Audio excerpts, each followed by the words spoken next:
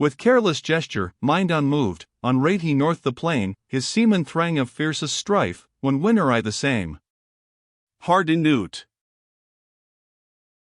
Colonel Graham of Claverhouse met the family, assembled in the hall of the Tower, with the same serenity and the same courtesy which had graced his manners in the morning. He had even had the composure to rectify in part the derangement of his dress, to wash the signs of battle from his face and hands, and did not appear more disordered in his exterior than if returned from a morning ride. "I am grieved, Colonel Graham," said the reverend old lady, the tears trickling down her face, deeply grieved. "And I am grieved, my dear Lady Margaret," replied Claverhouse, "that this misfortune may render your remaining at Tillietudlem dangerous for you, especially considering your recent hospitality to the King's troops, and your well-known loyalty. And I came here chiefly to request Miss Bellenden and you to accept my escort, if you will not scorn that of a poor runaway, to Glasgow, from whence I will see you safely sent either to Edinburgh or to Dunbarton Castle, as you shall think best." "I am much obliged to you, Colonel Graham," replied Lady Margaret, "but my brother, Major Bellenden, has taken on him the responsibility of holding out this house against the rebels, and, please God, they shall never drive Margaret Bellenden from Rhine-Hearthstane while there's a brave man that says he can defend it." "And will Major Bellenden undertake this?" said Claverhouse hastily, a joyful light glancing from his dark eye as he turned it on the veteran. "Yet why should I question it? It is of a piece with the rest of his life. But have you the means, Major?" "All, but men and provisions, with which we are ill supplied," answered the Major. "As for men," said Claverhouse, "I will leave you a dozen or 20 fellows who will make good a breach against the devil. It will be of the utmost service, if you can defend the place but a week, and by that time you must surely be relieved." "I will make it good for that space, Colonel," replied the Major, "with 25 good men and store of ammunition, if we should gnaw the soles of our shoes for hunger, but I trust we shall get in provisions from the country." "And, Colonel Graham, if I might presume a request," said Lady Margaret, "I would entreat that Sergeant Francis Stewart might command the auxiliaries whom you were so good as to add to the garrison of our people. It may serve to legitimate his promotion, and I have a prejudice in favor of his noble birth." "The sergeant's wars are ended, madam," said Graham, in an unaltered tone, "and he now needs no promotion that an earthly master can give."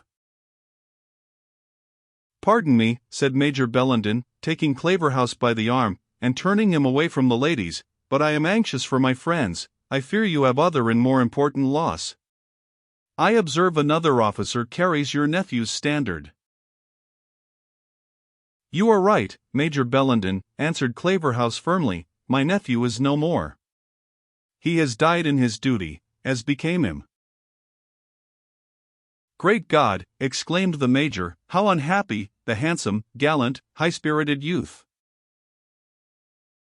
"He was indeed all you say," answered Claverhouse. "Poor Richard was to me as an eldest son, the apple of my eye, and my destined heir, but he died in his duty, and I, Major Bellenden," he wrung the Major's hand hard as he spoke, "I live to avenge him."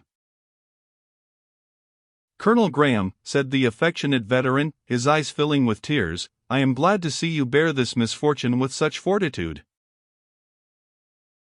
"I am not a selfish man," replied Claverhouse, "though the world will tell you otherwise. I am not selfish either in my hopes or fears, my joys or sorrows. I have not been severe for myself, or grasping for myself, or ambitious for myself. The service of my master and the good of the country are what I have tried to aim at. I may, perhaps, have driven severity into cruelty, but I acted for the best, and now I will not yield to my own feelings a deeper sympathy than I have given to those of others."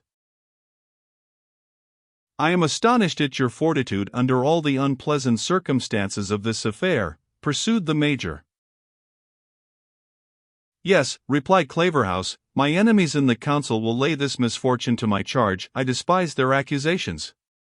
They will calumniate me to my sovereign. I can repel their charge. The public enemy will exult in my flight. I shall find it time to show them that they exult too early.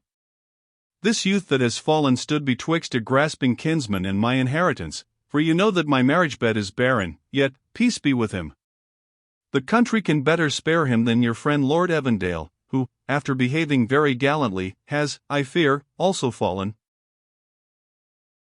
"What a fatal day!" ejaculated the Major. "I heard a report of this, but it was again contradicted. It was added that the poor young nobleman's impetuosity had occasioned the loss of this unhappy field." "Not so, Major," said Graham. "Let the living officers bear the blame, if there be any, and let the laurels flourish untarnished on the grave of the fallen. I do not, however, speak of Lord Evandale's death as certain, but killed, or prisoner, I fear he must be. Yet he was extricated from the tumult the last time we spoke together. We were then on the point of leaving the field with a rear guard of scarce 20 men, the rest of the regiment were almost dispersed." "They have rallied again soon," said the Major, looking from the window on the dragoons, who were feeding their horses and refreshing themselves beside the brook. "Yes," answered Claverhouse, "my blackguards had little temptation either to desert, or to straggle farther than they were driven by their first panic. There is small friendship and scant courtesy between them and the boors of this country. Every village they pass is likely to rise on them, and so the scoundrels are driven back to their colours by a wholesome terror of spits, pikestaves, hayforks, and broomsticks. But now let us talk about your plans and wants, and the means of corresponding with you. To tell you the truth, I doubt being able to make a long stand at Glasgow, even when I have joined my Lord Ross, for this transient and accidental success of the fanatics will raise the devil through all the western counties." They then discussed Major Bellenden's means of defence, and settled a plan of correspondence, in case a general insurrection took place, as was to be expected. Claverhouse renewed his offer to escort the ladies to a place of safety, but, all things considered, Major Bellenden thought they would be in equal safety at Tilliotudlem. The Colonel then took a polite leave of Lady Margaret and Miss Bellenden, assuring them that, though he was reluctantly obliged to leave them for the present in dangerous circumstances, yet his earliest means should be turned to the redemption of his character as a good knight and true, and that they might speedily rely on hearing from or seeing him.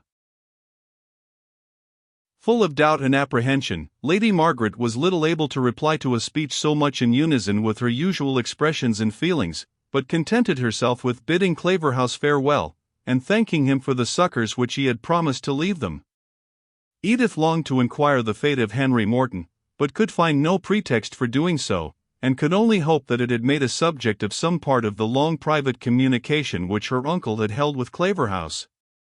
On this subject, however, she was disappointed, for the old cavalier was so deeply immersed in the duties of his own office, that he had scarce said a single word to Claverhouse, excepting upon military matters, and most probably would have been equally forgetful, had the fate of his own son, instead of his friends, lain in the balance. Claverhouse now descended the bank on which the castle is founded, in order to put his troops again in motion, and Major Bellenden accompanied him to receive the detachment who were to be left in the tower. "I shall leave Inglis with you," said Claverhouse, "for, as I am situated, I cannot spare an officer of rank. It is all we can do, by our joint efforts, to keep the men together. But should any of our missing officers make their appearance, I authorize you to detain them, for my fellows can with difficulty be subjected to any other authority." His troops being now drawn up, he picked out 16 men by name, and committed them to the command of Corporal Inglis, whom he promoted to the rank of sergeant on the spot. "And hark ye, gentlemen," was his concluding harangue, "I leave you to defend the house of a lady, and under the command of her brother, Major Bellenden, a faithful servant to the king. You are to behave bravely, soberly, regularly, and obediently, and each of you shall be handsomely rewarded on my return to relieve the garrison. In case of mutiny, cowardice, neglect of duty, or the slightest excess in the family, the provost-marshal and cord, you know I keep my word for good and evil." He touched his hat as he bade them farewell, and shook hands cordially with Major Bellenden. "Adieu," he said, "my stout-hearted old friend. Good luck be with you, and better times to us both." The horsemen whom he commanded had been once more reduced to tolerable order by the exertions of Major Allen, and, though shorn of their splendor, and with their gilding all besmirched, made a much more regular and military appearance on leaving, for the second time, the Tower of Tilliatoodlem, than when they returned to it after their rout. Major Bellenden, now left to his own resources, sent out several vedettes, both to obtain supplies of provisions, and especially of meal, and to get knowledge of the motions of the enemy. All the news he could collect on the second subject tended to prove that the insurgents meant to remain on the field of battle for that night.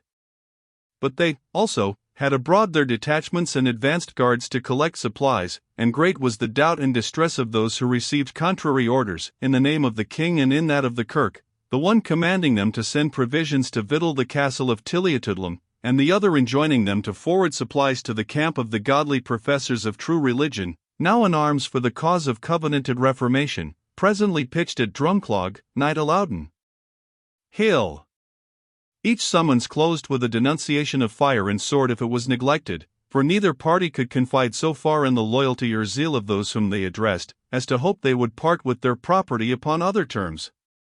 So that the poor people knew not what hand to turn themselves to, and, to say truth, there were some who turned themselves to more than one. "Thirkittle times will drive the wisest o' us daft," said Neil Blaine, the prudent host of the Howff, "but I say I keep a comb soft. Jenny, what meal is in the gurnal?" "For bozo 8 meal, twa bozo bear, and twa bozo peas," was Jenny's reply. "Aweel, Hinny," continued Neil Blaine, sighing deeply, "let Baldy drive the peas and bear meal to the camp at Drumclog. He's a Whig, and was the auld guidwife's pluffman. The mashlum bannocks will suit their muirland stamachs weel. He maun say it's the last unso meal in the house, or, if he scruples to tell a lie, as it's no likely he will when it's for the good o' the house, he may wait till Duncan Glen, the auld drucken trooper, drives up the 8 meal to Tilliatoodlem, why my dutiful service to my leddy and the major, and I hide as muckle left as will mak my porridge, and if Duncan manage right, I'll gie him a tass o' whiskey shall mak the blue low come out at his mouth." "And what are we to eat ourselves then, father," asked Jenny, "when we hae sent awa the hale meal in the ark and the gurnal?" "We maun gar wheat flour serve us for a blink," said Neil, in a tone of resignation. "It's no that ill food, though far frae being sae hearty or kindly to a Scotchman's stamach as the Kearney 8 meal is, the Englishers live amazed upon't, but, to be sure, the pock puddings ken nae better." While the prudent and peaceful endeavoured, like Neil Blaine, to make fair weather with both parties, those who had more public, or party, spirit began to take arms on all sides. The royalists in the country were not numerous, but were respectable from their fortune and influence, being chiefly landed proprietors of ancient descent, who, with their brothers, cousins, and dependents to the 9th generation, as well as their domestic servants, formed a sort of militia, capable of defending their own peelhouses against detached bodies of the insurgents, of resisting their demand of supplies, and intercepting those which were sent to the Presbyterian camp by others. The news that the Tower of Tilliatoodlem was to be defended against the insurgents afforded great courage and support to these feudal volunteers, who considered it as a stronghold to which they might retreat, in case it should become impossible for them to maintain the desultory war they were now about to wage. On the other hand, the towns, the villages, the farmhouses, the properties of small heritors, sent forth numerous recruits to the Presbyterian interest. These men had been the principal sufferers during the oppression of the time. Their minds were fretted, soured, and driven to desperation, by the various exactions and cruelties to which they had been subjected, and, although by no means united among themselves, either concerning the purpose of this formidable insurrection, or the means by which that purpose was to be obtained, most of them considered it as a door opened by Providence to obtain the liberty of conscience of which they had been long deprived, and to shake themselves free of a tyranny, directed both against body and soul. Numbers of these men, therefore, took up arms, and, in the phrase of their time and party, prepared to cast in their lot with the victors of Loudon Hill.